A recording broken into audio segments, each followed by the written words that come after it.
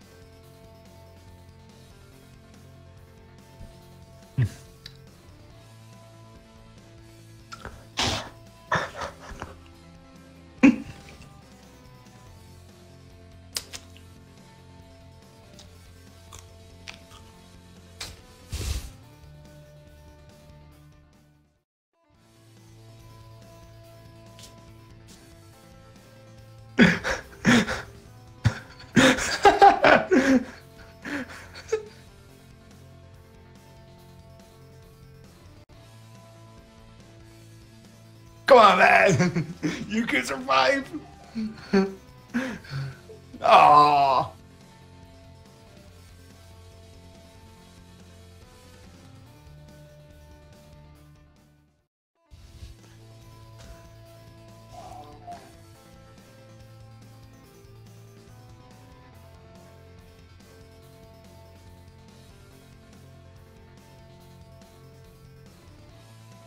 Hey, the infamous wonton.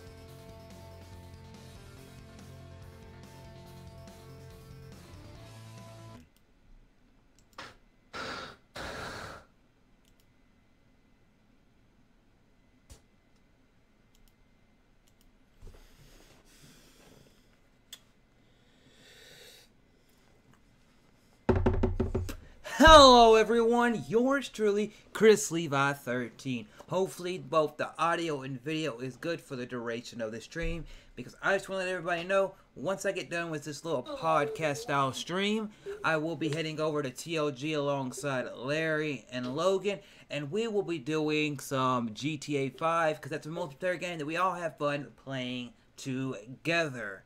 Now, right now, Larry is here. Logan may join somewhere in here. He's cooking dinner with his girlfriend. But I just want to let everybody know, real quickly to start the show, we'll be having the show format. What I'll be doing forward going with the show. Can you kind of like if I do it each week, what time you should expect it. We'll be talking about the PS5, the next Xbox, Kingdom Hearts being 80 hours, what we're hyped for, and then towards the end of this, we'll be talking about what we've been watching in wrestling and music, and then kind of wrap things up. But I just want to give Larry the floor, let Larry introduce himself, say anything he wants to say. So Larry, how you doing? I'm doing good. I'm enjoying proper. It's going, even though my team's losing right now.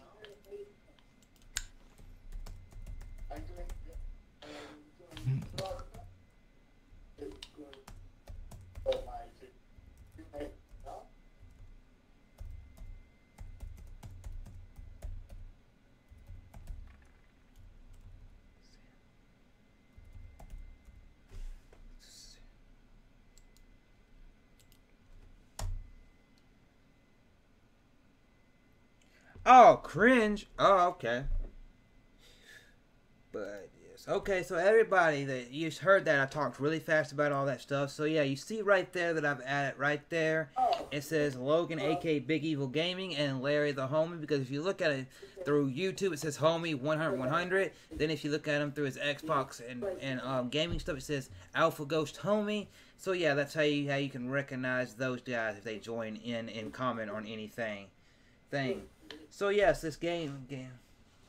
So basically I'll be interacting with the chat and telling this stuff. But basically I want to do this. People have asked me to say it once again. So basically in the show format, I basically did this podcast because I'd always watched podcasts for years, mainly wrestling podcasts. And then when I saw Spawn Wave doing the Spawncast, some other people doing a podcast on YouTube, even Twitter, and Podcast One, and all this stuff, and Podbean. It really interested me in doing a podcast myself. But I thought, you know what? Let's ever see if anybody would ever invite me to a podcast. Well, that never happened. So I thought, you know what? Let's throw it out there. Let's throw it out there. It may be a success. It may be a failure. I talked to several people in the YouTube community about it, and they said, hey, it wouldn't hurt to try. So this is my third episode. I took a week off to make the intro and also just relax for a week while working on my streams themselves. So yes, the show format will be mainly a gaming podcast, like you see Avedon, Spawn Wave, and many others do. But also, there will be some wrestling and music topics in here from time to time. And those will usually be the last topics we talk about before we wrap the stream up. Because I know most of y'all that join in are gamers first. And Chris, you busy tomorrow? Busy at what time, do you ask, DOA?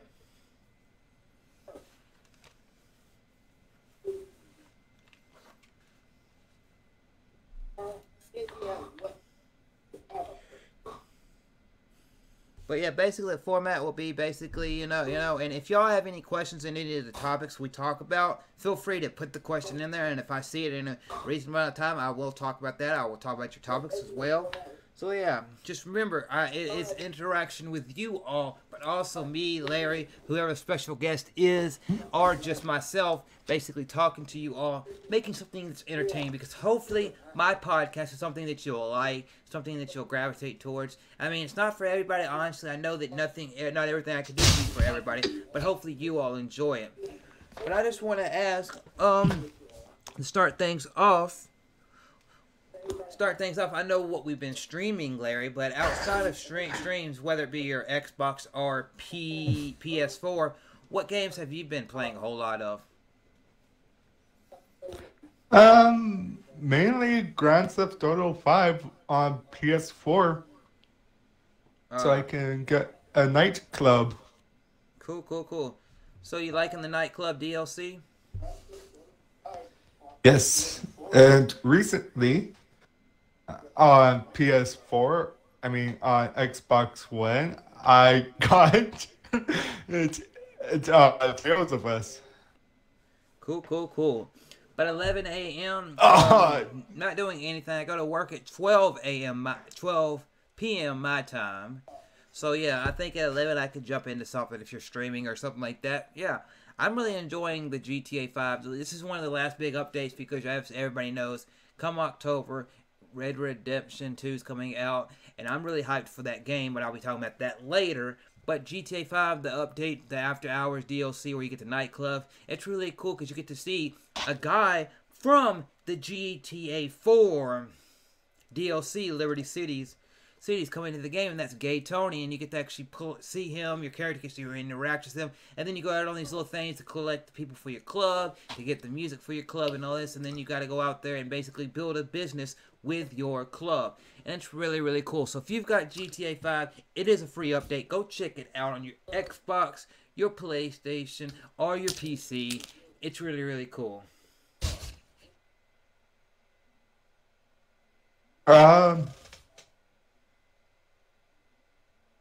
Somewhat, Hitman.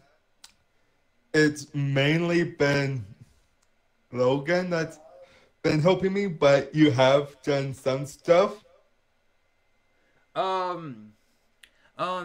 I'll be hitting people know that I've got a Discord, so I'll let you all know that probably either tomorrow night or Wednesday I'll be working on getting that stuff set up, be able to work that better, and then I'll put a link to my Discord down, figure out how to put a link to my Discord down in the description box below, so whenever I stream, or even whenever Logan and Larry, Larry and all of us are together streaming, maybe I can add somebody through Discord if maybe they don't have an Xbox where we're playing a game on our PC or something, or whatever game we're playing at the time, they can still join in and be able to chat with us, you know? So I'm going to fix that up so we can have more people join in, because we played games and we had somebody else, you know, join in random from video games like Sea of Thieves, and it's kind of crazy, chaotic there. But, yes, now getting into the first topics, and then if Big Evil Gaming, Logan joins in throughout this, cool, great, grand. But I just want to say, the topics that Larry and Logan threw at me, one of the topics was the PS5. And when that got thrown up, I thought, you know, let's also add in the next Xbox. So if y'all got anything to say about the next PS5 or the next Xbox, comment right now. But I want to throw the question, because I want to like to be gracious to Larry. Thankful because he joined in here, and he's also been really helpful what I've done for years. But I want to ask you, starting with PlayStation, because I haven't played the PlayStation 4 to a big vast, except a little bit whenever I was with Mayhem Gaming Society. What do you think about your PS4, and what would you like to see out of the next PlayStation, Larry? I like it. I just hope they don't go all digital, because that to me wrecks it. Yeah. I mean, if you look at it, I get what you're saying. If you look at it, everybody, there's hints of PlayStation wanting to go all digital. Xbox hasn't hinted at it. Xbox Space said that might be the future, basically. And Switch has kind of just been the Switch, you know. Which, it's kind of, Nintendo's kind of always done their own thing, so that's why I'm not talking about that. Even though, if you have a Nintendo system, old school, new school, Switch, Wii U, GameCube, NES, SNES, any of that, cool, great, grand. Nintendo's always done their thing, even though when they did do the Nintendo 64 and the GameCube, I know they tried to be really powerful with those two systems. As far as anything else, when it got, they've tried to do something different that not the other competitors were doing at the time. So, when it comes to the PS5 and the next Xbox, I don't want it to be all digital, because, well, if it's all digital, you gotta think about this. If everything goes all digital for games, then what do you lose? Walmart, Amazon, GameStop, and mom and pop shops, EB Games, all these places around the world, whether you like them or not, even though they do some things that are really stupid, Walmart and GameStop/EB Games do some really stupid stuff to where people don't even want to buy games there anymore. But if you take physical games out of the medium, then you're like, everything's all digital, so I've got to have an internet connection to play this game. Well, what if you don't have an internet connection and you just want to sit there and, hey, I got $60 at my job, I want to play this game, but maybe this month I don't have the money to pay for my internet, and I'd rather, or maybe I'm moving and I move somewhere where I don't have an internet connection, or they don't have good internet, where you're at. That would suffice you not to be able to play that game, because you pop a game, you have all digital, and you're like, okay, I got an Xbox with 100 digital bought games on there, and say all those games are saying, okay, you got to have an internet connection to access this game. But I don't want to. But then somebody's looking at the game. I don't want to play an online mode. I just want to play the story mode. Got to have internet to play it. Got to have internet to sync it. It's like, so I just spent $400 on a system. I spent $60 on this game, on multiple games, yet I cannot play any of my content. And if the server is down, say you have, but then again, if it's all digital and the system is still there, right, and you're able to play the game, but say the server's down, Xbox Live's down, PlayStation Network is down, whatever server it is on is down. Can't play due to server being down. But I don't want to play an online match. I don't want to play this. I want to play just single player, just me, figure out the story. Oh, well, you can't play because the server's down. an all digital world would ruin things. Because I understand physical media in games and movie is going away, but games, I don't want to see a physical media go away because if you're sitting there and everything has to use the internet, then somebody doesn't have internet. Or even if somebody has a decent internet, somebody has internet that's maybe a couple gigs better than them, or hertz, or whatever you call it, better than them. Then they're gonna be like, okay, you're playing a multiplayer game because they have fast internet, they see you better. It's like it's a give and take thing. But as far as the next the PS5, I'll say my opinions. Then I'm gonna give the floor back to Larry. Larry, as far as the next PS5, I hope the PS5 improves on what you do with the PS4. You just make the controller pretty much similar. Maybe a little bit more weight to it, more like the Xbox controller, because the Xbox controller, it has a little bit more weight to it. Maybe you just improve on that, because the controller is pretty cool for its setup. As far as the console, keep the console slick, clean, looking like it is now. Make sure it still has the loader so you can put DVDs, Blu-rays, or actual physical games in there. But as far as your UI system, I like the Xbox internal system a lot better than the PlayStation, because you gotta go, that's just me. I'm not saying I'm just an Xbox guy, but that's me. Hello to you, Logan Henderson, and hello, diehard gamers. And I just hope that PlayStation kind of takes a little bit from Xbox and says, you know what, we've got to work on our PlayStation. What's their streaming service for games called, Larry? Mixer for Xbox. No. For PlayStation, the streaming service that you play the games through. It's like their Game Pass, but you have to stream the game. Oh, PS Now. Yeah, PS Now. That right there, PS Now, great concept, great library of games.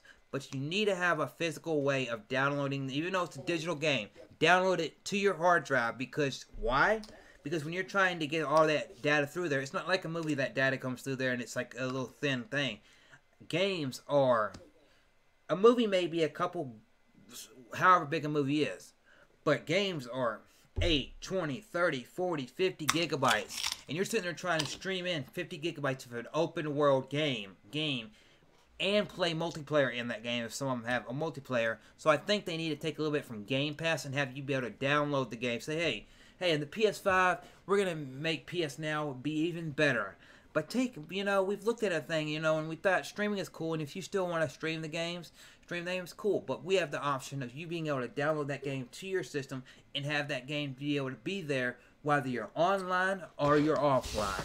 That would make it 10 times better in my opinion. Now, lastly, as the next Xbox. From what I've heard from Dreamcast Guy and a few others and some podcasts that I've seen, there's going to be 2 SKUs for the next Xbox. And what it means 2 SKUs is 2 versions of it. There's going to be the traditional version of it that's like the Xbox One, just basically the hardware, the look of it's all going to be upgraded. I don't know if what it's going to be called yet, because it could be Xbox 2 or or whatever. But I've heard it's going to be 2 SKUs. One being a traditional one, where like everybody knows. But then there's going to be one that's going to be a little bit more tighter, a little bit more that's going to be like more like an internet server, to where it's just an all digital system that you have sitting right here, and it has some extra stuff in it so it detects collision and certain things like that, to where it's basically a stream box, kind of like that box, like a box I've seen at GameStop that was for like Steam or something like that, where it was just a stream box. So that's what they're looking. And I wouldn't mind Xbox doing that if they still have the traditional Xbox. But I want to, before we get to our next topic, I just want to ask: is there anything else you would like to say, Larry, about the next PS5 or next Xbox, or anything you would like to see coming in the next generation that's probably going to be here in the next 2 to 3 years? Okay.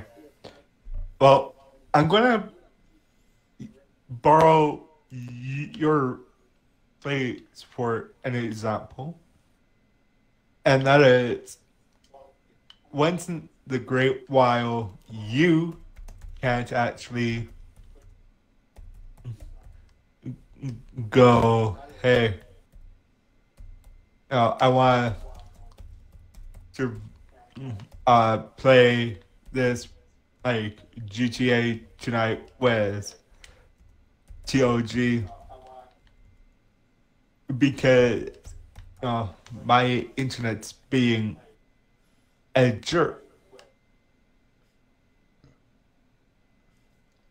True. So I really don't like the idea of the next gen going all digital just because they can. Yeah. I would much rather see like hey, I want this game. I want it on disc. That way, if you or Logan Big Evil wants to borrow it and you're both like, maybe not, and just really unsure of it, but I have it, I can be like, hey, here you go.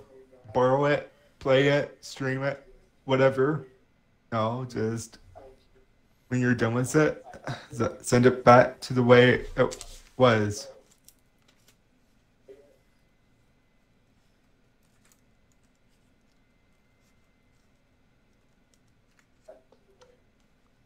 Ha ha ha ha ha! You gotta see the last comment. That's to you, man.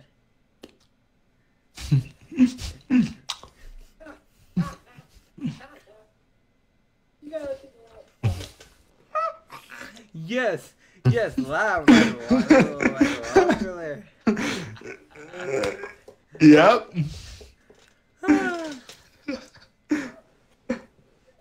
But yes, also if you think everything digital and there's no physical media, that means that you're just buying basically I mean, understand that most consoles nowadays are just good, or just as strong, if not stronger, than a low-end PC that's around $300, $400, $500, if not better than those, because they can actually play games. But the last thing I want to hit on this before we move to the next topic is that basically it's like if you make everything all digital, that means that there's no way for you to sit there if you have no internet to play the games. And what happened if there's a storm? If your internet gets cut off, if you go move, if you're out in the country, if you know.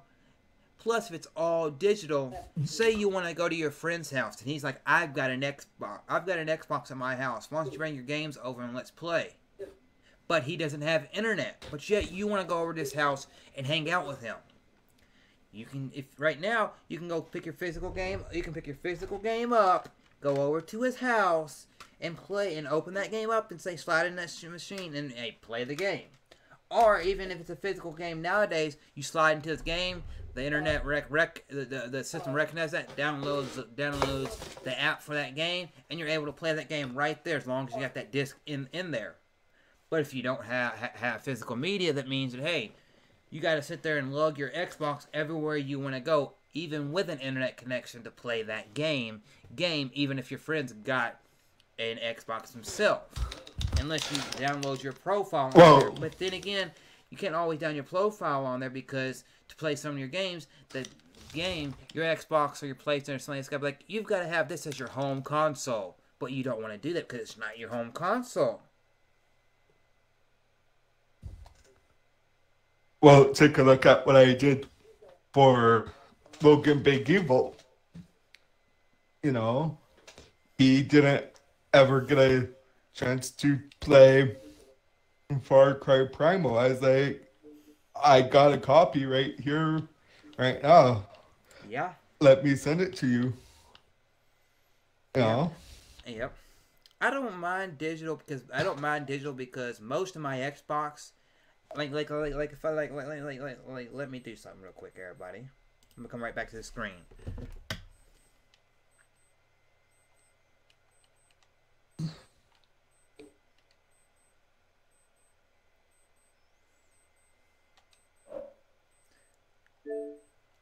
And another thing, is, Everybody let's said that. That right say, there says I have 838 games. More than half of these games are because me and Larry game shared through the internet. But also, a lot of these games I have basically digital. Yes, I do have a stack of games behind me, behind the green screen that are physical games. But most of these games right here, seeing real quick, are all digital games. So if it's all digital and I don't have an internet connection, something like Fortnite, which is rare to ever see a physical copy of that, none of us would be able to play if we don't have an internet. Because there's no, because I mean, I understand it's a multiplayer game, but they also have the build your world aspects, which is which is basically the P versus E thing. And if it went all digital, it'd be like, well, you can't play that mode without your internet connection.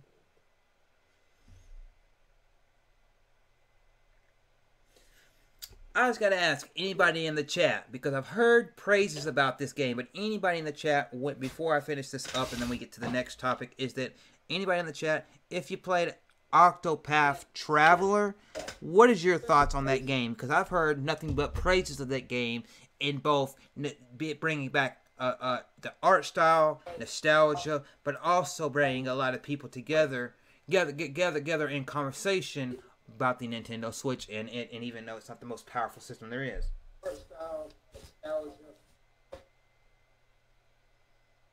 Hey, Diehard, man.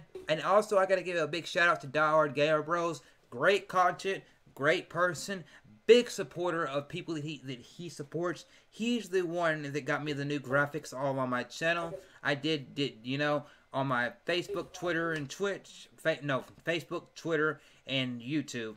And Instagram. He's the one that did the little drawing and all that. Really, really cool.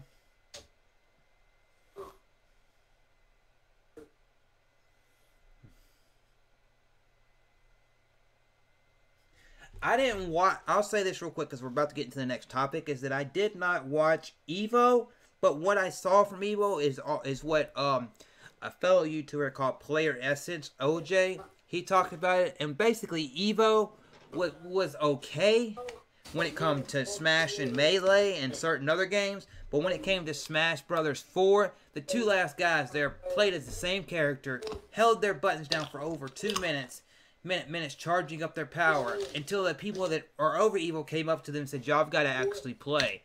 And it made them look bad, even though they're young kids, and the whole thing looked bad. And it was just like, ugh.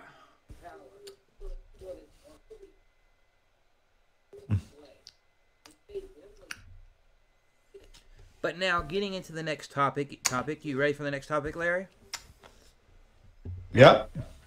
So, over the past week or 2 weeks by now that this is out, everybody knows what game am I looking most forward to come January 2019? Everybody should know what game that is. I've told everybody that when this game comes out, it will be the only game that I stream that week, and that is Kingdom Hearts 3. Now, with that being said, I've heard through the Know and other YouTubers and other stuff like that the game will be 80 hours plus. 40 to 50 hours if you go on the mainline straight story, world by world, to complete the most linear paths you can. You go straight forward through the game, defeating the Heartless, the story, and all that to the end of the game. But with mini games and all the other stuff and exploring the worlds, it could be an 80 hours plus game. And most Kingdom Hearts games in the past, just for the straight story, were 25 to 30 hours. It's Kingdom Hearts 1, 2, the mobile games. When you add in the mini games and exploring the worlds to more, maybe another 10, 15, 20 hours at top, making the game be 40 to 50 hours. So this one being 80 hours plus with all of the content, collecting everything to 100% it, is mind-blowing to me. But then again, you got to realize that this is the first Kingdom Hearts game to be on home consoles since the PS2 Kingdom Hearts 2. So I know that me, Larry, Logan will probably all be jumping into this game. Them got their own views of the game, their own hype for the game. But what do you think about the game being 80 hours plus to complete it fully? 80 hours to complete? Yes. The main story is one 40 to thing 50, wrong, but the whole game and is that 80 hours is long. one thing wrong, and that is people are going. You know, games today are way too short. You know, now they are making Kingdom Hearts as an 80-hour plus game, and it's not like okay, you know. Yeah. But there's probably going to be that one person that still complains that goes, this is what happened. I've already looked at a few videos where people were like the No and other people that were looking at it, and there was a person on the No's video on the No, and I think it was the No or somebody, I forgot who it was, but it was the other day I was at work, and it said, and this is when I found out there's gonna be 80 hours plus. I was looking in the comment section, and this person said 80 hours for a game that we've been waiting over 13, 14 years for. You're gonna give us 80 hours to complete the whole game? Can it be a shorter game just so I can get to the end of it? And I'm like, I could have commented on that person's comment and been like, you just want to get to the end of the game? Don't you want to enjoy every aspect of the game? Because if you like Final Fantasy and that kind of style, and you like Disney characters, and you get to plone it in there together with original characters and the way that they're doing this game, you want to just get to the end of it? It's like,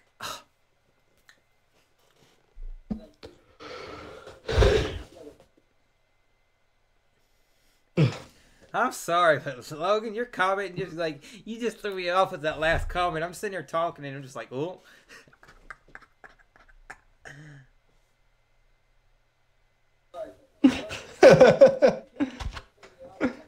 Have fun, Logan. But Final Fantasy VII, one of my favorite Final Fantasy games. And I'm not looking forward to the remake because to me it looks like a ripoff of 13. Yeah. The thing And that it's gets like, me. Well, I'm gonna let you and finish it's your like, point.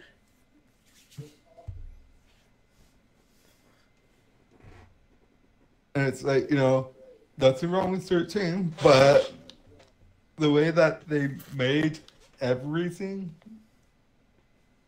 that was stupid. You had to run around and press like X, Y, B, A in that order to pull off a combo. Yeah. Mm-hmm. Yeah. Oh, keep it simple. Yeah. Well, since you bring up your topic, set Final Fantasy VII remake. Final Fantasy VII was Now, basically. Oh well, I'll let you continue. Now, why I brought that up is, like I said, I loved 7, but they're wanting to try something different with it. But that doesn't mean that I'm not going to go play it. And that to me sounds like Kingdom Hearts 3, And like, okay, how can we sort of improve it, and how can we also do maybe some improvements, some other stuff, like maybe add in a couple of surprises that even our die-hard fans like Chris here will not ever get. And in this scenario, Chris has played every single Kingdom Hearts to completion, like up until Kingdom Hearts 3. I know he hasn't, but I'm just saying, Yeah. and he's just doing it. And there's been stuff from 1, 2, and the mobile ones. Yeah. You know, so how are they going to keep the fans surprised? How are they going to make it so the fans will go, okay, will there be a fourth? Will True. the fourth Kingdom Heart, the will it actually lead into a TV series? This, that, the other thing. And then going back to Final Fantasy VII. Came out in 97. Years later, what happened? Final Fantasy VII Advent Children. Final Fantasy VII Dirge of Cerberus for the PS2. And Crisis Core for the PSP. And they all tied in. So that's why I bring up stuff like Final Fantasy VII Remake into your Kingdom Hearts. Yeah. It's, I totally agree with no, you. 'cause Yep. I just made it where my theory just became like a point on how to make something better. And I'll be right back. Okay. Well, since he said he'd be right back, I'll even expand that point. If anybody wants to discuss anything about Kingdom Hearts or anything like that, he opened up a discussion where I could talk about Final Fantasy VII. Final Fantasy VII has been a game that just like Kingdom Hearts, it hasn't been as long in development, but Final Fantasy VII was shown at E3 originally around the same time that the Kingdom Hearts 3 was. But and it's been in what they call development hell. Studios change. Even though Square Enix has been the big studio, the smaller studios change. This has changed. That has changed. And it's kind of like had people come and go. And it's like, leads you on to know that, hey, this game's going to look graphically different, graphically better. But is there going to be points of the game that are going to suffer just to get the game out there one day? And that's what I'm scared about. Is it like games?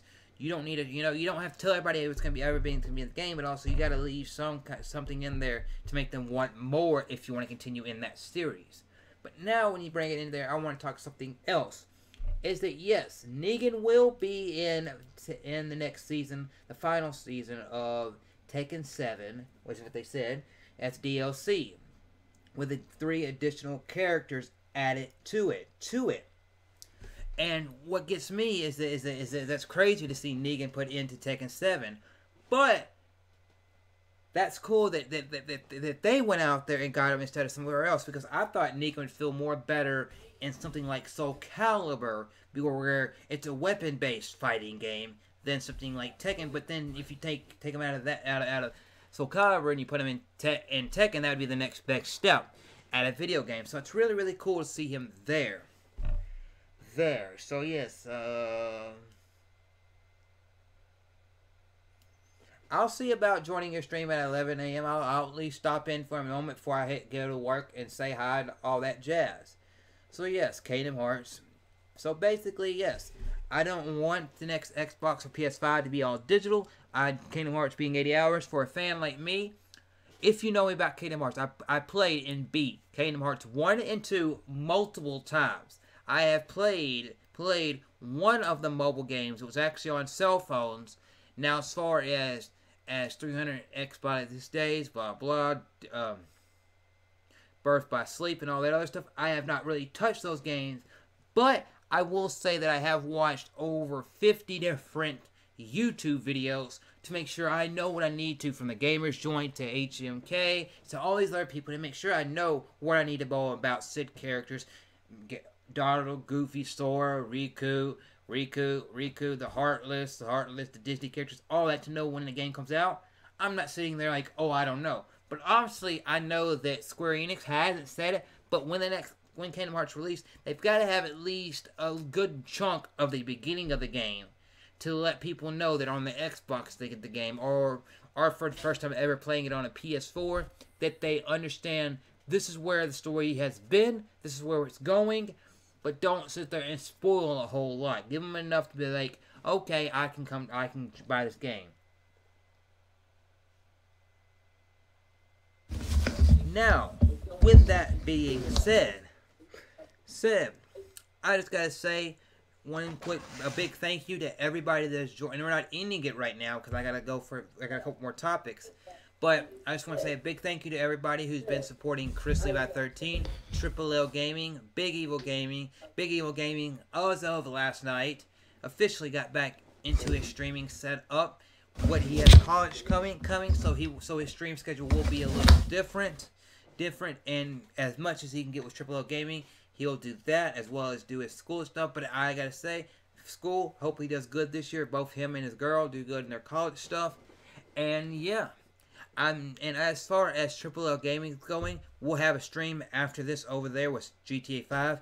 But also, myself and Larry may be getting some games that maybe we don't stream, that are maybe more single-player-esque, and maybe putting up some demos or videos of streams that we did in those games that maybe just gameplay, or maybe gameplay was voice. Because I'll give a little hint of something that I'm going to do on TripleLGaming.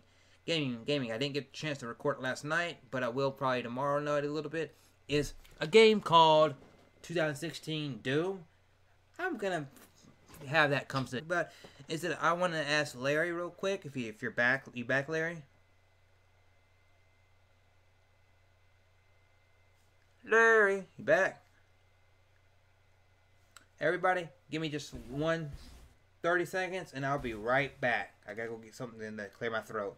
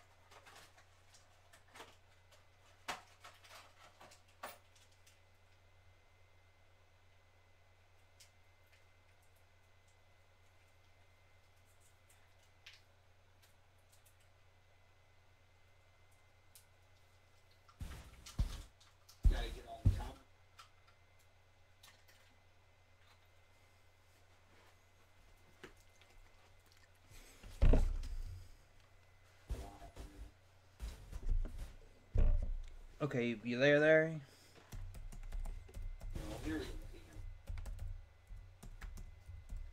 I could have sworn.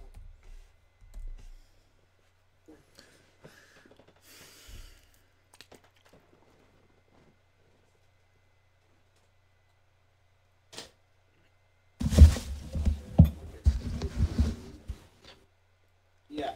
Okay, I am back. What do you mean came out with Forza 7 before Forza 4?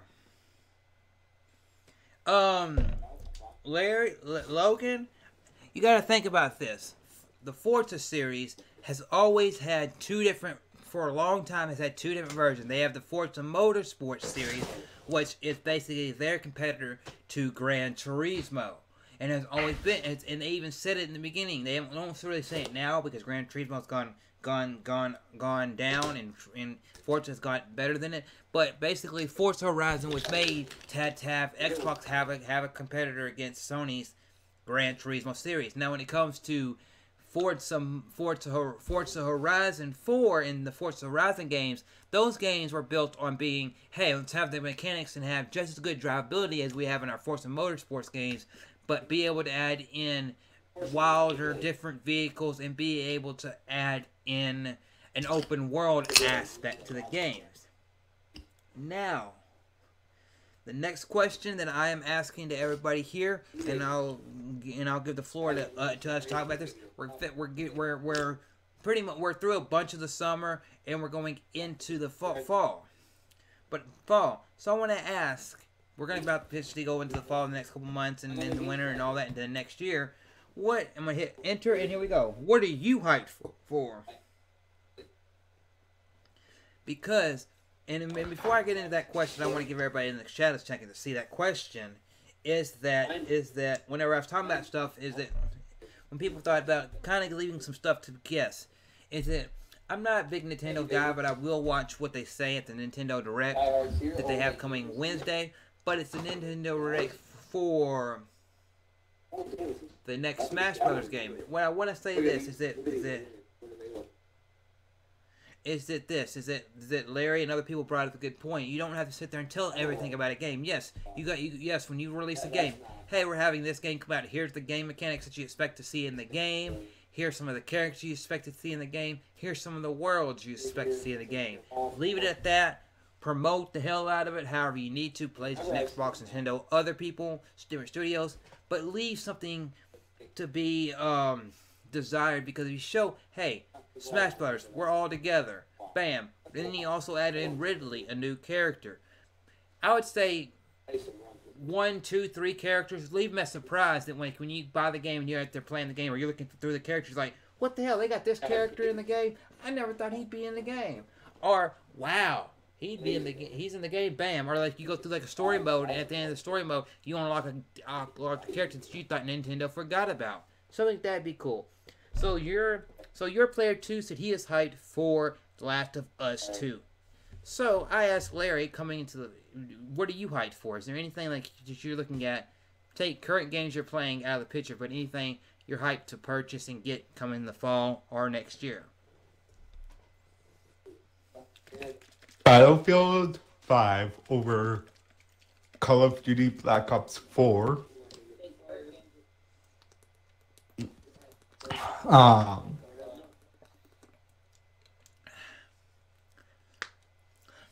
Maybe the next Sniper Ghost Warrior and Elite games.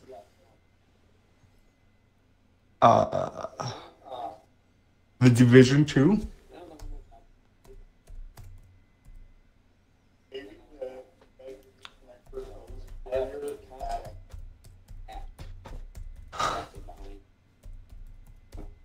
The Warhammer Tactics game that comes out in October. There are some that I'm not going to say, and that's because I'm not sure if they're still being made or what. Because the one game I was looking forward to a long time ago, Command and Conquer Generals 2, and all of a sudden, what happened? It got canceled.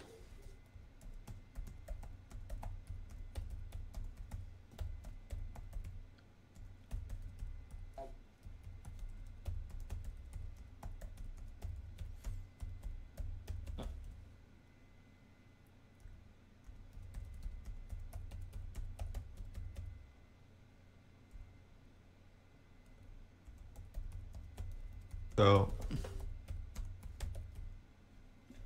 okay. So, people want to know what I'm hyped for. Obviously, there's something that everybody knows what I'm hyped for. I talked about earlier in the podcast, which is Kingdom Hearts 3. It's the most game that I'm hyped for because whenever I heard that it was, we've heard stuff about it for years, but whenever I saw this year and the more footage came out for it, whenever I saw the stuff at the special event that they did for Kingdom Hearts, and also when I saw the stuff at E3, that's just one of the few games that actually made me, as a grown man, 26 years old, look at my younger self when I was a little kid. Kids, remember those moments of playing those games, seeing those on TV, sitting in this room and actually teared up. Then I'm also hyped for obviously to see how Spider-Man does, even though I won't probably play it until I get a PS4 probably. But the only way, but the way that I'm getting PS4 is if they do it in enough time before Kingdom Hearts 3 comes out. Hopefully in September or October they release the announcement for the PS4 Pro Kingdom Hearts Edition. But I am hyped for the Division 2 because I've been playing a lot of the Division with Larry and Logan, and I've really come to enjoy that game. That was a game that initially at release I never picked up. But through Game Pass, it's made me come back into that game and realize that this game is better than what I thought the game was. Let me fix the chat up real quick, you know. And then also touching back on a little bit of the full Fallout series. I'm hyped to see what kind of like a secondary Fallout game that's not mainline but still in that same world does when you add the multiplayer aspect into it with Fallout 76. It looks really beautiful. I like the mechanics that they've said so far, and I like how Bethesda is really behind it like they are with a lot of their games. It's really cool.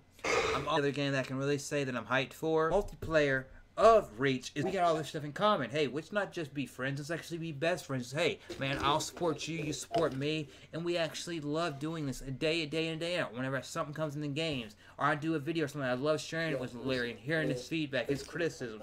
It's awesome, and it's really cool. So, Halo Infinite, I'm really excited to see what they do when they make more of an open, more back to the norm of a Halo series.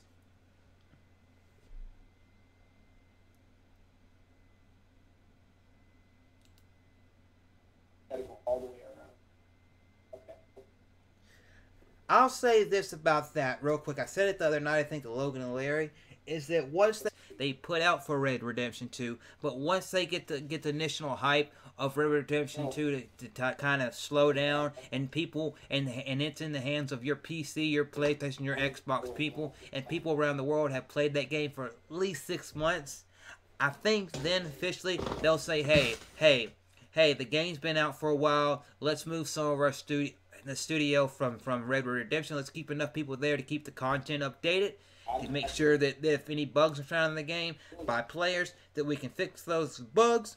But I feel like after 3 to 6 months, they'll finally say, hey, we're sending a team over here, and you'll see job listings, or you'll hear it throughout social media, fellow YouTubers, dirt sheet pages, any kind of that stuff, that, hey, that we are officially working on GTA 6, because I feel like initially there is probably a small team somewhere within Rockstar that has like everything we've done in GTA there, but we know where we kind of want to go with the next GTA, but we can't really say anything or do anything on it until we've got Red Redemption 2 out there for a while, and once Red Redemption 2 is out there and people are on that game, and we see things slow down with GTA 5, then we'll announce it, because GTA 5 right now is still one of the best-selling games. Every time I look at my Xbox, ever since I got my Xbox, when you go to purchase games, you have this little thing that says, hey, new games, new releases, upcoming releases, top paid games, top free games, top paid games. GTA 5 has always been there on my screen.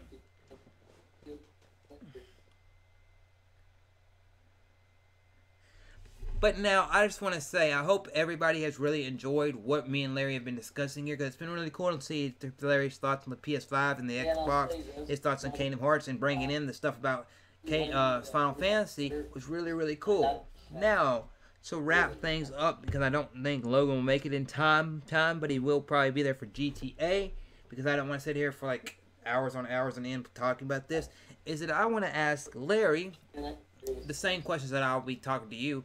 Is first, let's go into wrestling. And if anybody is a wrestling fan, what have you been watching in wrestling, and what storylines have you been enjoying as it comes to WWE or maybe outside of WWE?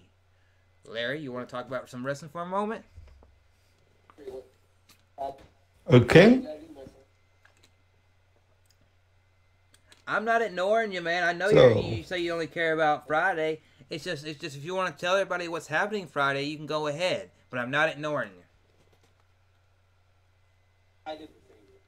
Oh, I'm keeping Friday as a surprise.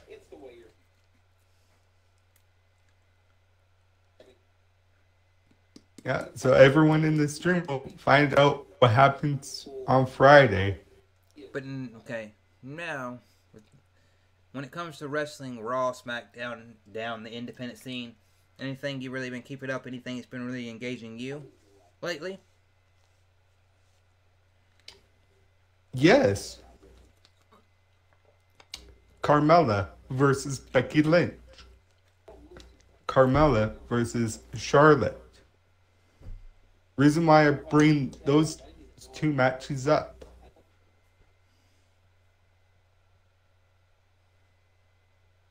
Can anyone tell me why? And Chris, I need your help to keep an eye on the chat because I'm watching Megadon right now. Okay, And cool. I'll jump into Mega Dan once we get done with this, but I just so Carmella versus Becky, and then Carmella versus Charlotte. goes up. He said, but I have not gave my opinions on that. Unless y'all want me to give my opinions on that, I will go ahead and give that.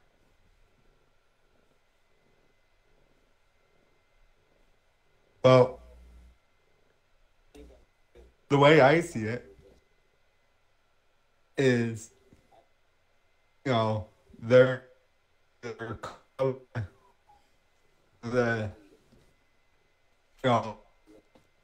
I'm the champ. I can overcome all odds, even without James Ellsworth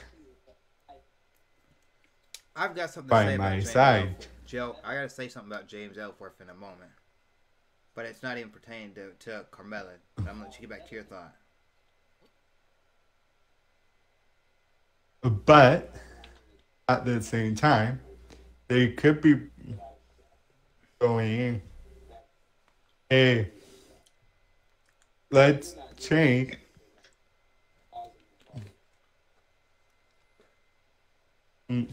either Becky Lynch or Charlotte into a heel. I can see that. I mean, And Charlotte's with been a heel before. Not bad. I don't know if Becky Lynch has, but yeah. and the way SmackDown is, here pretty much we've known Paul Heyman has turned on Lesnar in the past.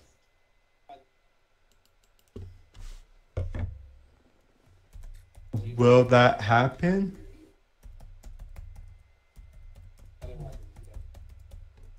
I'm not sure. But that match so far is the only one I'm looking forward to via Raw.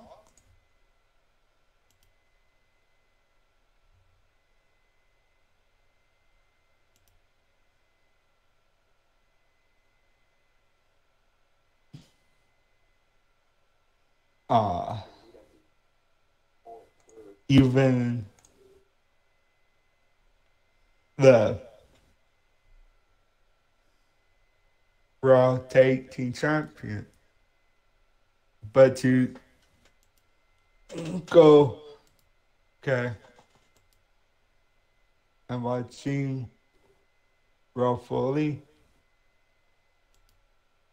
I'm actually having problems doing that with the creative team right now.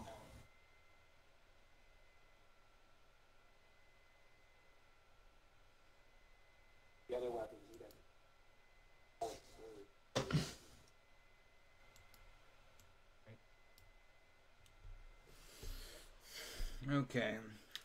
So when it comes to But Becky, I was just typing to Megadon because his stream's acting weird tonight.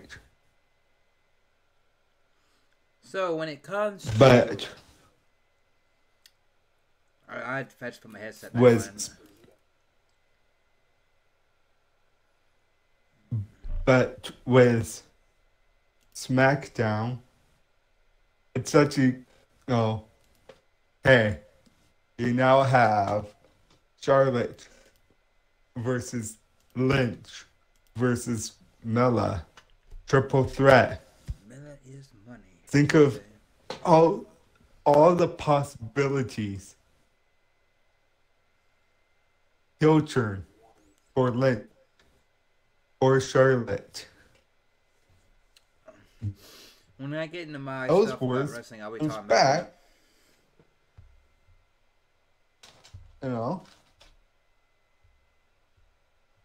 And again, helps Mela. But maybe Paige has a trick up her sleeve that we don't know about. So it's kind of pulling you back. Yeah. Week after week. They don't play, man. There we go. To the exit. So when it comes to what you have brought up while the stream is going, because Logan's still here, everybody else is coming and gone. But I just want to say, when it comes to Becky versus Charlotte versus Mela, which is Mela's money. But I just want to say, this match is money. I got to say that. But you got to think about this. They've been building up Becky Lynch for over 6 months on SmackDown as being, she's gone through every woman, every fight. She's been in every pay-per-view. She's fought. She's done everything she's needed to do to go back and say, hey, I've for almost over a year and a half, almost 2 years, have not been champion, have not been in championship matches. To go and be champion. Champion. But at the same time, they've also built her and Charlotte, which in real life, they are very, very good friends. But they built them up on team screen personality as being really, really best friends. They're there for each other, and their friendship looks way better than you got than Sasha Banks and Bayley over on Raw. Their friendship looks more genuine, and they've been building this up. But then you've got Carmella, who took the belt off Charlotte, who's been basically saying, hey, I'm Carmella, I'm this, I'm that, she's finally getting to show that she is a strong in-ring competitor. But they have Jill Zwingworth come in, do a storyline, and leave. I'll talk about him in just a moment. But what's cool about that is that I'm actually looking at Carmella and I'm actually looking at what she said, and I'm like, she's showing she's better at the mic and in the ring. Even though some of the matches have been blah, especially her and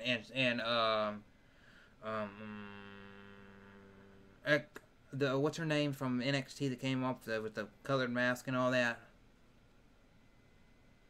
Asuka? Yeah, her and Asuka should have been way better match because Asuka, to me, is one of the top 5 wrestlers and women in the company. If you want to talk about physically in wrestling, I'd put Mickie James, Asuka, Charlotte, Becky Lynch, stuff like that in like the top 5 or top 10. Because if you want to talk about on skill and knowledge in the ring, those are like some of the top women in the company. But when it comes to this, it's like you look at that, they're building all this stuff. But then you see this, and it's like, okay, so Becky builds herself up. Mela's shown she can be champion, right? Cool. She's becoming the top heel woman on SmackDown. They have the other women like Lana and all that have their own storyline with each other and basically their guys and all that. But you've got her built up as the top heel there. You got Becky, the biggest babyface on that brand. The ones that the fans love and want to see what they're about to get there. She's getting right there to get her on her high horse. I'm running in. I'm this close to being a champion. My best friend comes back from being out, healing her body, going doing her Sports Illustrated stuff, and coming back. And then what happens as soon as she comes back? Yeah, it's good to see my best friend back there back wrestling. It's good to see her doing this. But within the snap of fingers, she's already in my title match. It's supposed to be my title match, not her title match. I understand she's the queen. I understand she's the Ric Flair. But I'm Becky Lynch. It's supposed to be my title match. Well, I fought for this. So, at the show, I've got to go and face her and this girl. You already know I hate this person, and I might have to go put my hands on her. Well, they might turn her heel because she's gonna go in there and beat her, and then Charlotte's gonna look at her and question herself. I came back to get beat by you. You're my best friend. Why'd you do that to me? And then I'll be like, yeah, I didn't pin Carmella, but you were in the match. You were the one laying in the ring. You were the one that was down for the count. Bam, she's heel. But Charlotte's already played heel before. Charlotte's good as a heel. Or Charlotte's good babyface or heel. Carmella, she could play a babyface, but she's kind of like Alexa Bliss to me. She looks to always be portrayed more as a heel and better as a heel. Now when it comes to what you're saying right there in the chat, because I do want to interact with the chat, Roman versus Brock. I want to talk about the first thing you said, Roman versus Brock. Because I don't want to keep too long on anything that we're talking about, because I do want to get into our other stream. Roman versus Brock. I like where they're going with Roman and Paul Heyman in that whole storyline, and even a little bit of what they're doing with because Roman and Brock. That's going to be a good match. It's going to be a big tear your house down match. I mean they're going to tear each other to shreds. That's like a big. You see beef, you see heat between people. That is it. Now, what are they doing with Paul Heyman in that storyline? It's kind of like you've got tension between him and Brock, which has been in there in the past, but it's like at a level that you've never seen. So it's tearing Paul Heyman apart. But will Paul Heyman play to his advantage and be like, you know, at the end of the story, the end of SummerSlam, you come out of that Raw after SummerSlam, and Paul Heyman basically is like, you know, I've always considered my best friend, but you gotta think about this. Friends fight once in a while. Friends might get physical once in a while. But at the end of the day, Brock's still my friend, and I made sure that he kept the Universal Championship. Because he is the reigning, defending champion. But then again, if Roman were to finally, even though it is proven he can do it, finally WWE lets him topple the Brock Lesnar, will it be one of those things where he topples him and then what's going to leave Paul Heyman? Will Paul Heyman just be like, you know, Brock's going to be like, you know what? I'm done with this. I've been beaten. I don't have the time anymore. So don't see fit to be here. And he just so focuses on UFC. Where would it leave Paul Heyman? Was he still be an on-screen figure? I don't know. But that right there, I just wanted to throw it out there. Let me take a sip of something to drink. There is something they could do, and they have done in the past. Go ahead, Referee man. down. Paul Heyman screws Lesnar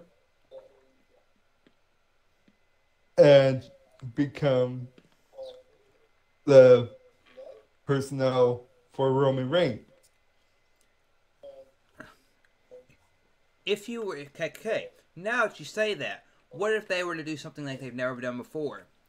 Referee goes down, right? And they usually try to bring another referee down there, replace the referee, or hey, you know. But what if Paul Heyman were to do something like this? Referee down, right? Paul Heyman throws his jacket off, and he's the referee, has a referee shirt on.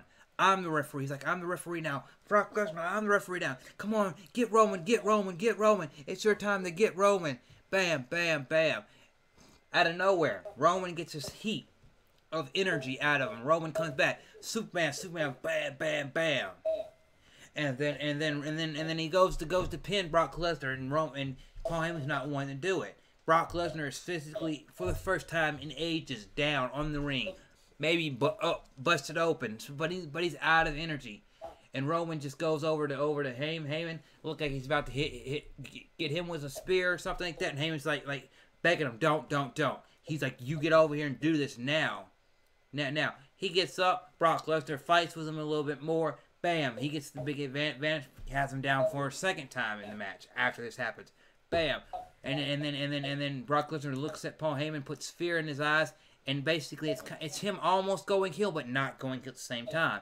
And he pressures Paul Heyman into doing the pin. What would that would be something? That could be something that would never, that I don't know if it's ever been done like that, but that would be unique as well if you throw that out there. But I could see what you're saying where the referee's down and Heyman were to go with Reigns. But then again, Reigns is so much of being a talker himself, it being his yard. So I don't know if he'd want to share it with Paul.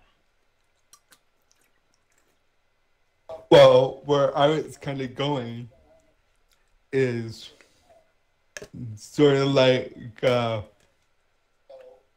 you know, Paul Heyman is only there for his other client, but you don't know who that other client is.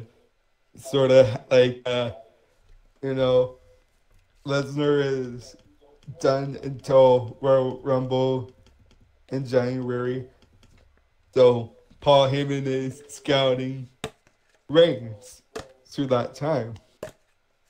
You know.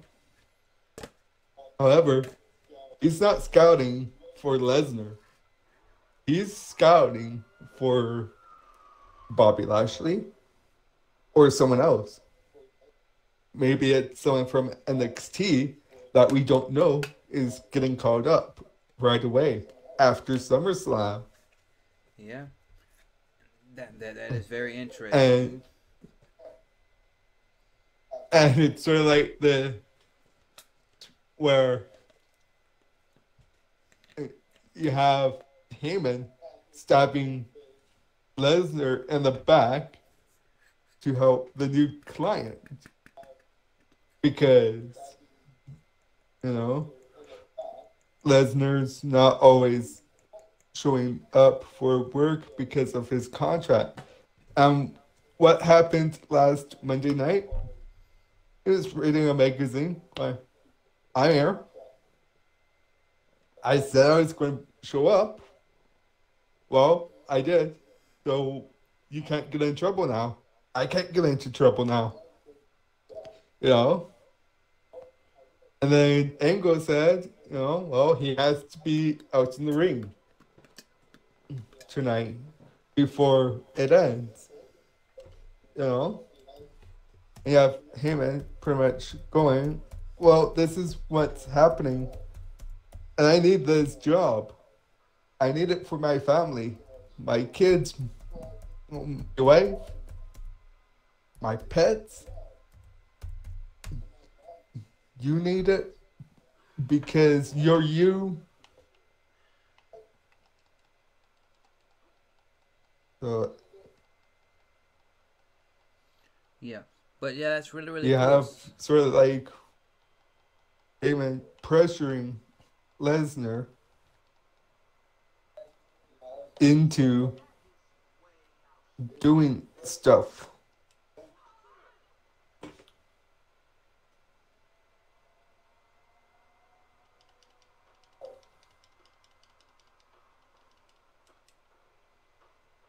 Okay, I just want to take a moment to also say that if when it comes to SummerSlam and stuff like that, I am very interested in also Seth Rollins' storyline with Dolph Ziggler. I'm also interested in where both tag team divisions are going to go as far as the SmackDown, which is doing decent.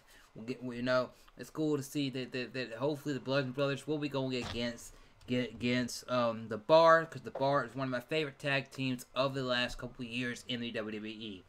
Now, as far as Raw goes, I'm liking the B team, but I could see that they're still like more of a comedy team than ever, so I don't know how long they'll actually have a title run. And I'm also very interested in WWE and where they're going to go as far as it goes to promoting and their handling of Evolution, the all-women's pay-per-view come October. Now, I just want to hint on one thing, because we did talk about, hint at Joe Zainberg, because he was a part of the storyline that he's no longer a part of, is that I saw the other day through, I think it was like yesterday, through Twitter. I was going through Twitter looking at some wrestling stuff, and I went to Jerry Lawler's Twitter to see what he'd been up to and all that jazz and stuff like that. And it was really cool to see that his return match after his late son Brian Christopher Lawler passed away, that his return match was against James at USWA, I believe, and it was against James. Again, and it was against James Ellsworth himself. And what's cool about that is that he paid tribute to his son, who is known in Memphis as Too Sexy, and then in the WWE, and then therefore on as Grandmaster Sexy, by wearing one of his signature jackets out to the ring. And James Ellsworth commented saying, "This is one of my emotional, if not the most emotional match that I've been to in my career." You know, and it's really, really sad to see wrestlers pass away, but it's cool that other wrestlers that may have known of this guy or that stuff like that can go ahead and pay tribute to these guys like that. You know, and I don't know what Jerry Lawler could go through because I don't have children myself, but in life, whether you always agree with your child, you're always there for your child, whatever the situation is, it's never good to see you pass away. Or your child passed away before you pass away, because I understand nobody lives forever, and if you do, you got something better in your genes than I do, I guess. But it's not right for any child to pass away for their father. But I got to give respect to James Ellsworth for the way that he treated the match. He did take a pile driver. I think that's what made from Jerry, and that's how he lost the match. But now, as far as other things in wrestling, I'm also really hyped, and I may be purchasing it, wanting to see Cody Rhodes and the Young Bucks show, which is supposed to be one of the biggest independent shows in years, All In, because they are doing All In, and they're also having a few more indie wrestlers come to the show because they are having a special that's 1 hour before, which will be live on WGN Network for people to see. And I forgot what it's called, All In, but it's also got another name on top of it, where it will be an hour before the main show itself. And it's really, really cool to see that show and see how they're doing what's All In. To see that it was in 30 minutes, the show was sold out. That was in this time, this stuff was done. You still there, Larry? Yep. You know, and even recently, just over the weekend, I heard the theme song that was made by Downstrat for All In, and it's just really, really cool, and all the success, because I'm really happy that Cody Rhodes wasn't feeling treated right in WWE, which to an extent he wasn't, but even and that he went out to the Indies, made an even bigger name for himself, and is doing these big things with the Bullet Club, him and his wife's brand and everything. So yeah, I'm really hyped for that. And yeah, that's where I feel about current wrestling in the WWE, and all that jazz. And also, I am really proud that Impact is doing pretty good itself too. So yeah, we've talked for a good little bit. Let me see how long we actually been here, people. If anybody's watching, we've been here over an hour and 20 minutes. So the last thing on the agenda that I wanted to get out there is that what have we been listening to in music, whether that be big artists, indie artists, something like that. I've been listening. Actually, today I've actually went back into Asking Alexandria's latest release from last year, and it's just a really, really solid album to see the original singer back in the band, and then them doing really good and happy as a band, And also I've been listening to my Foo Fighters, because I went and saw them earlier this year, and I've been listening to an indie band called Echo Heart, which is has a female singer. It's kind of like a Paramore style, but not on a level of Paramore. But it's really, really cool stuff. So that's basically what I've been listening to lately. I know Larry supports a lot of the local bands in his area in Canada. So what have you been listening to? Destroy My Brains. Is that the band Angel or Maker. song? What, Destroy My Brains? Yeah, because I've never heard that. Yeah, that's the band. They're kind of confusing if they're considered local or not. Because they're kind of on the border. I've heard of Ryan Upchurch. So yeah.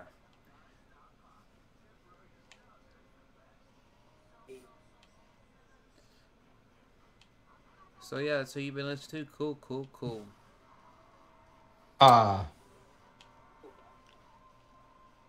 So Destroy My Brains, Angel Maker, and Nation of Silence with Conviction. Which reminds me, I gotta message the one person of the band to meet up. Proto Sequence. They are sadly parting ways with Joe. And that kind of breaks my heart. And from what I've been told from members of Proto, search is going good. They may or may not already have someone. So, August 24th is Joe's final day with Proto Sequence.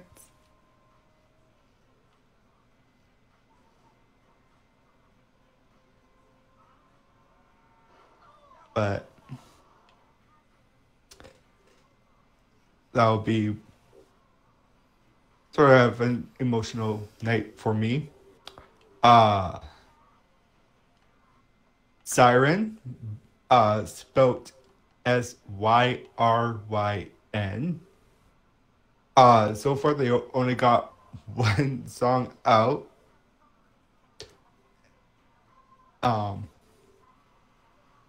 I kinda been talking to the lead singer, but via fan to band page, and I will say this: they do have some cool bags and cool stuff. Yeah. I don't know when their debut album is coming out, but I know I will be sending that person some money. So yeah. Immunize, Negation, World War Waiting.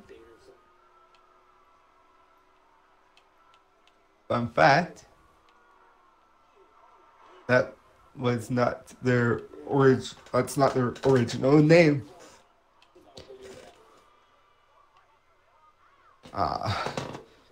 Just let me go to a certain website quickly. But yeah, while he searches that up, I just want to say thank you all that are here or will see this later for listening us talk about mainly gaming, which is this podcast is centered around, but also for the music and wrestling topics that I'll be throwing in at the end of the thing. In the future, if you ever want to join in, once I figure out how to set up Discord, or if you got Skype or some way for us to get your audio through my computer or Xbox Live, you can join in and talk on the thing and join in the discussions, topics, questions. And I just want to give another shout out to Die Hard for setting up the art. I may have in the future get him to do some art for TripleLGaming and us and maybe Logan and Larry for their stuff. But yeah, thank you all, and also I want to give a big shout out to Your Player 2, who creates YouTube helpful content, for stopping by the stream earlier, and thank you to everybody else that's here. Any as you look up the name of the band, any shout outs or any of that you want to look up or say before we end this, and when the next 15-20 minutes after we end this, we go to GTA. Well, I'll be doing my shoutouts while we play GTA. Okay, but that's fine. Senate. That's who originally was World War Waiting. Okay. So it's really cool some of the stuff that you've been listening to, and maybe when you get time maybe tomorrow or something like that, send me some of those bands, and I'll definitely go check them out. I do gotta work tomorrow though, and I'm off Wednesday, so I'll be able to spend Wednesday editing videos, and while I edit videos, sometimes I listen to music. So yeah, I'll check some of that stuff out. But if anybody is watching right now, live, just know within the next 20 minutes over on TripleLGaming, TLG, we will be going live with some GTA 5 with me, Larry, and hopefully by that time Logan will have joined with us. And yeah, we'll still be continuing discussions, talking, and all that good jazz there. Thank you all for joining in. And a big thank you to Larry for wanting to join in and talk as Levi, and for all the support and all the stuff you've done for Chrislevi13 over the past. Thank you. Not the problem, man. Yeah, is there anything you'd like to say before I hit in this stream and then we get ready to do something else? Hope to see you, lovely people, over on TLG. And like I said, Friday there's a surprise. Also, Wednesday there's going to be a surprise. Yep. So yeah, cool. So anyway, I'm gonna hit the end the stream here, people, and within the next 15 to 20 minutes, we will on TripleLGaming be going live. I'm gonna take a moment, get myself a drink, get some stuff set up, and then yeah, we should be there.